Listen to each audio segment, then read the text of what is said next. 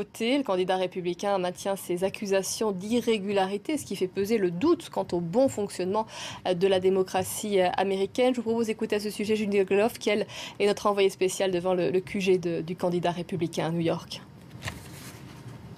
Et la contestation a déjà commencé puisque dans le comté de Clarks, dans le Nevada, l'équipe de Donald Trump a mis en place une procédure pour contester l'organisation du vote anticipé. L'équipe de Trump reproche au bureau de vote d'avoir ouvert plus tard que prévu, ce qui aurait favorisé la candidate démocrate. Contestation également en Pennsylvanie où des électeurs de Donald Trump indiquent que les machines de vote ne fonctionnaient pas correctement. Donald Trump avait prévenu, il allait contester le résultat de ces élections. Il avait envoyé un email hier à ses électeurs indiquant de rapporter tout dysfonctionnement lors de cette soirée électorale. Et bien vous voyez, cela a déjà commencé. Alors quelles conséquences cela peut avoir? Sachez déjà que si le vote est très serré dans un État, et bien le recompte est quasiment systématique. Et puis il faudrait, étant donné le mode de scrutin aux élections présidentielles américaines, il faudrait que plusieurs États soient contestés pour que cela ait une réelle influence sur le vote. Mais ce que craignent beaucoup d'observateurs ici à New York, ça serait une contestation dans les rues, des risques de violence entre supporters de Trump et supporters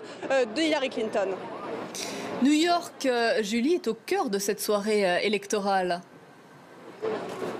Oui, New York est au cœur de cette soirée électorale. Je ne sais pas si vous le voyez derrière moi, le nombre de médias qui sont mobilisés pour cette élection et pour cause. Les deux candidats à cette élection sont new-yorkais. Ils ont voté ici et ils organisent leur soirée électorale ici. Hillary Clinton, elle sera près de l'Hudson River dans un bâtiment à l'architecture impressionnante puisque c'est un bâtiment tout en verre comme un symbole pour la candidate démocrate qui rêve de crever ce plafond de verre en devenant la première présidente des États-Unis. Et puis pour Donald Trump, son QG se trouve juste derrière moi au Hilton. Il a loué une salle de bal qui devrait accueillir 2000 personnes, des supporters et des proches du candidat. Quant au bureau de vote à New York, ils fermeront à 21h, heure locale. Et cet après-midi, nous avons pu constater de longues files d'attente devant ces bureaux de vote parce qu'il n'y avait pas de vote anticipé à New York et puis qu'il y a très peu de bureaux de vote par rapport au nombre d'habitants dans la ville. En tout cas, quoi qu'il arrive, nous avons pu parler à de nombreux électeurs ici à New York. Ils ont